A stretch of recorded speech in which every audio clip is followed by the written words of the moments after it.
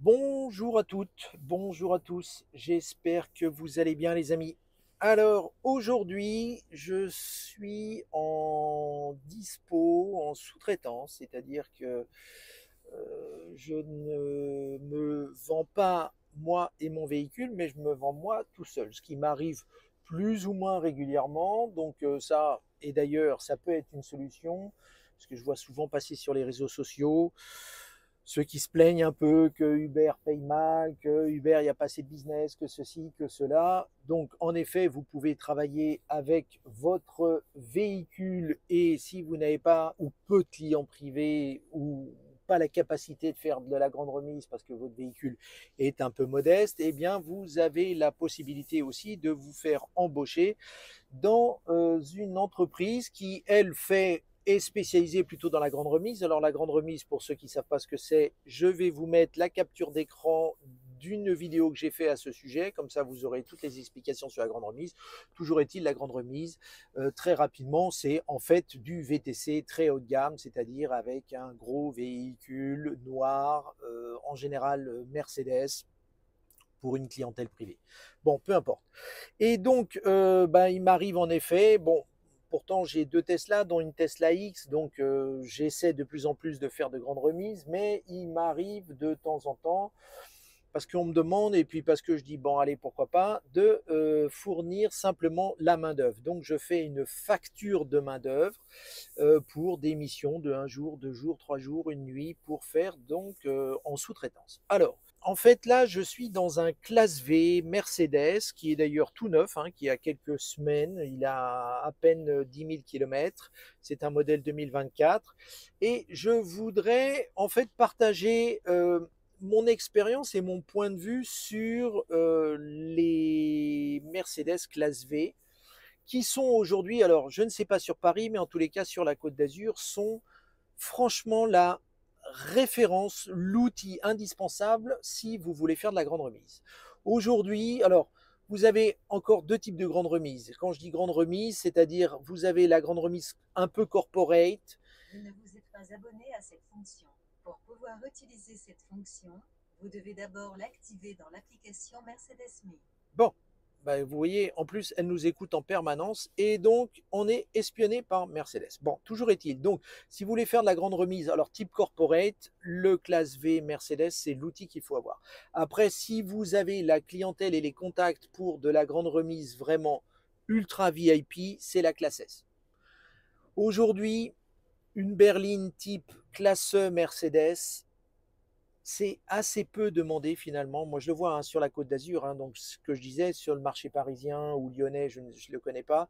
Mais en tous les cas, aujourd'hui, dès qu'un client, ils sont au moins deux ou trois, paf, on les bascule directement sur des classes V Mercedes. Alors, le classe V Mercedes, c'est quoi? C'est ce qu'on appelle le van, V pour van.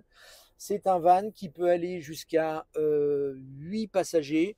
Là, en l'occurrence, donc vous avez le modèle de base qui est le Vito Tourer, qui est un Vito, c'est une espèce de camionnette qui a été un peu aménagée en bus. Bon, ça, c'est ce qu'il y a de moins cher, en effet.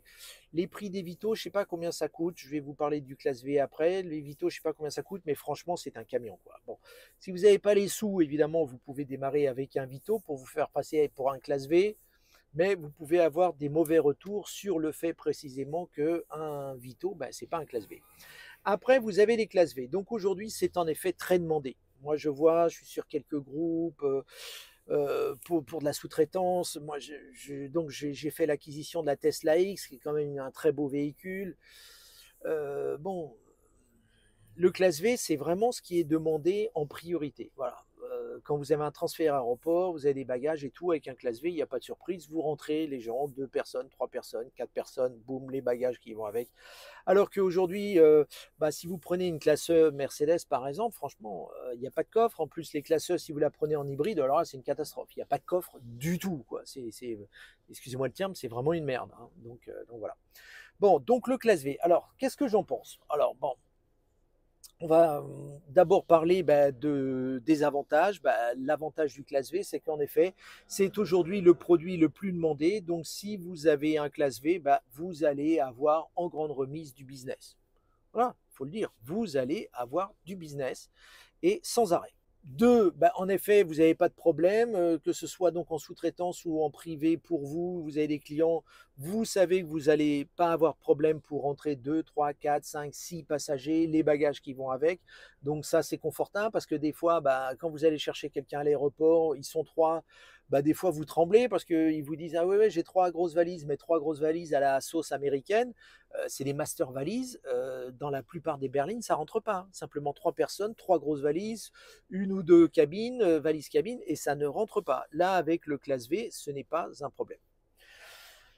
Quoi dire d'autre? Bon, après, alors, bon, l'intérieur, c'est spacieux. Aujourd'hui, si vous avez un 2024, c'est un joli véhicule, c'est bien fait, c'est Mercedes, c'est fiable. Enfin bon, voilà. Vous emmenez des classes V jusqu'à 300 000, 400 000, 500 000 km sans aucun problème. S'il a été mené correctement, franchement, sans aucun problème. Voilà. Ça, donc, c'est factuel, c'est-à-dire c'est un bel outil de travail. Maintenant, moi, je vais vous dire ce que j'en pense et mon ressenti, la partie négative, ce que j'en pense et la raison pour laquelle, pour le moment, jusqu'ici, je n'ai pas fait l'investissement d'un classe V. Ben, quand on conduit beaucoup, l'intérêt d'être VTC, hormis le fait que c'est une source de revenus, bah, c'est aussi le plaisir de conduire. Ouais, franchement, même un classe V dernier modèle, j'ai aucun plaisir à le conduire. C'est un camion. En plus, c'est diesel, donc ça fait du bruit. D'ailleurs, peut-être là, bon, moi j'ai mon micro-cravate, mais peut-être que vous entendez ce bourdonnement permanent. Donc, déjà, bah, c'est pas le même plaisir de conduite que si vous avez, par exemple, une classe Mercedes, une Tesla X, même une Tesla Y. Enfin bon, ça n'a rien à voir. Un. Deux, c'est un outil qui coûte très cher. Aujourd'hui, donc en diesel, hein, parce que je ne crois pas que ça existe en essence, en diesel, ça démarre à 62 ou 63 000 euros neuf et ça va jusqu'à plus de 100 000 euros. Voilà. Donc, par exemple, le modèle dans lequel je suis, qui est un modèle 2024, bon, c'est un 250D. Je ne sais pas quelles sont les options à peu près qu'il a, mais en plus, il est en 4 roues motrices. Bon, on verra l'intérêt du 4 roues motrices après, mais donc c'est en 4 roues motrices. Et bah, c'est un modèle qui coûte 100 000 euros, quoi. Alors, c'est un super outil de travail, mais ça coûte 100 000 euros. Autre inconvénient, j'allais dire désavantage, bah, c'est la conso, quoi, hein. C'est un véhicule qui consomme ses 10-11 litres au 100. 10-11 litres au 100 aujourd'hui, on a l'essence le diesel qui frise les 2 litres, les 2 euros du litre. Bah, à chaque fois que vous faites 100 bornes, ça vous coûte 20 balles. Donc vous voyez, si vous vendez par exemple une dispo, tiens, un aéroport Cannes-Nice par exemple, un truc classique pour la Côte d'Azur, hein, pour Paris, je ne sais pas. Donc vous prenez un client à Cannes, par exemple à l'hôtel Carlton, vous l'emmenez à Nice, c'est 32 km ou 33 km, on va dire 33. 33 multiplié par 2, ça fait 66 km. Ça veut dire que l'aller-retour, rien que le carburant, vous a coûté à peu près 16-17 euros. Là-dessus, ça vous a pris 1 heure et demie à 2 heures, ça dépend si c'est un pick-up ou si c'est une dépose. Donc il faut payer le chauffeur. Donc en plus après les remboursements, donc vous voyez, ça ne fait pas une marge d'enfer. C'est pour ça qu'il faut bien vendre son transfert.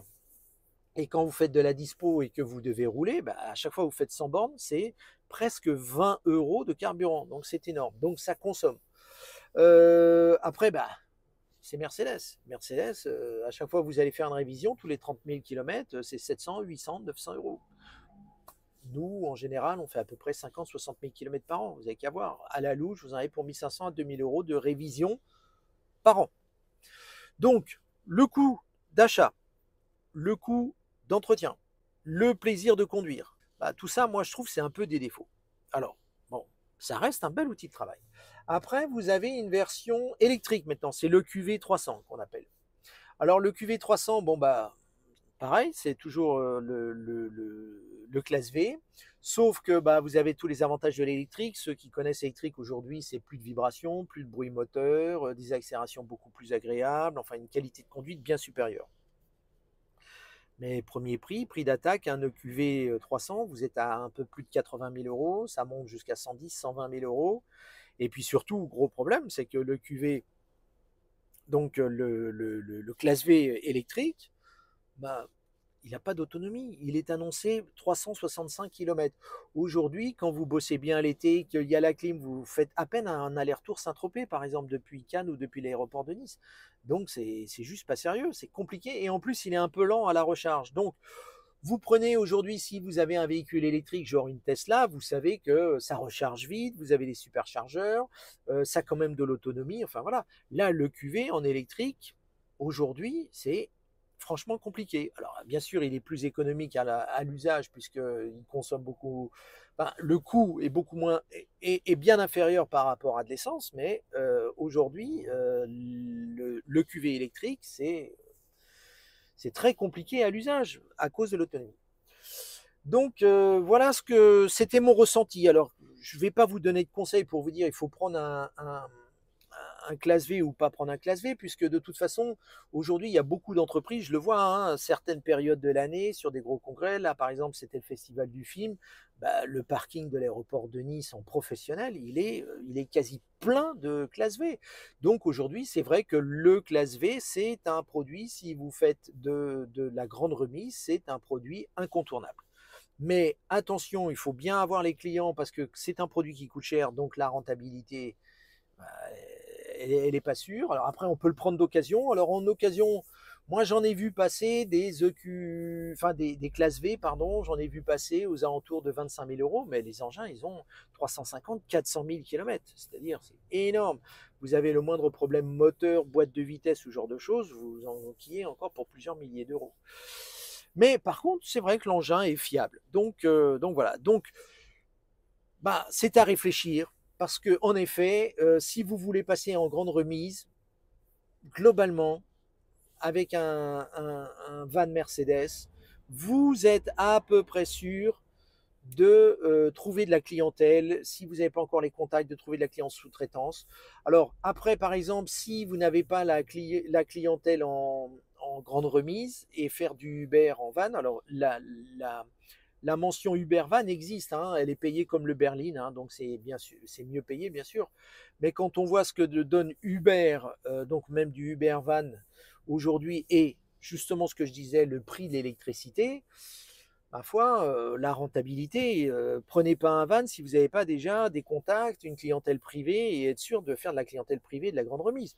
Parce que sinon, vous allez vous bouffer les cacahuètes. Donc voilà, voilà les amis, c'était mon point de vue. Donc pour résumer, un classe V, oui, mais il faut être sûr d'avoir la clientèle, d'avoir la capacité financière, si vous ne trouvez pas la clientèle tout de suite, parce que c'est toujours le même problème, c'est la poule et l'œuf. Si on n'a pas le bon produit, on ne passe pas en grande remise, et on ne peut pas passer en grande remise tant qu'on n'a pas le produit. Donc il faut avoir la capacité financière pour pouvoir sauter le pas. Vous voyez, donc si vous démarrez dans le métier, démarrez pas avec un classe V. Hein. Enfin, moi c'est mon avis. Après, voilà. Voilà les amis, bah, sur ce, je vous souhaite une bonne journée, je vous souhaite une bonne route. C'était donc un petit point de vue sur le van Mercedes. Alors à ce sujet-ci, évidemment, il existe d'autres vannes, hein. Vous avez le multivan électrique de chez Volkswagen, vous avez après des versions Peugeot, Renault, mais là, vous allez rester en basique, c'est-à-dire vous ne ferez jamais de sous-traitance ou de grande remise si je vous dis vous n'avez pas un classe V Mercedes. C'est la référence, c'est comme ça. Et noir, hein, pas blanc. Hein. Voilà les amis, je vous dis à bientôt. Je vous remercie d'avoir suivi cette vidéo. Et puis n'oubliez surtout pas de vous abonner, puisque ça c'est un peu mon salaire entre guillemets pour ces vidéos. Et je vous dis à bientôt. Au revoir les amis.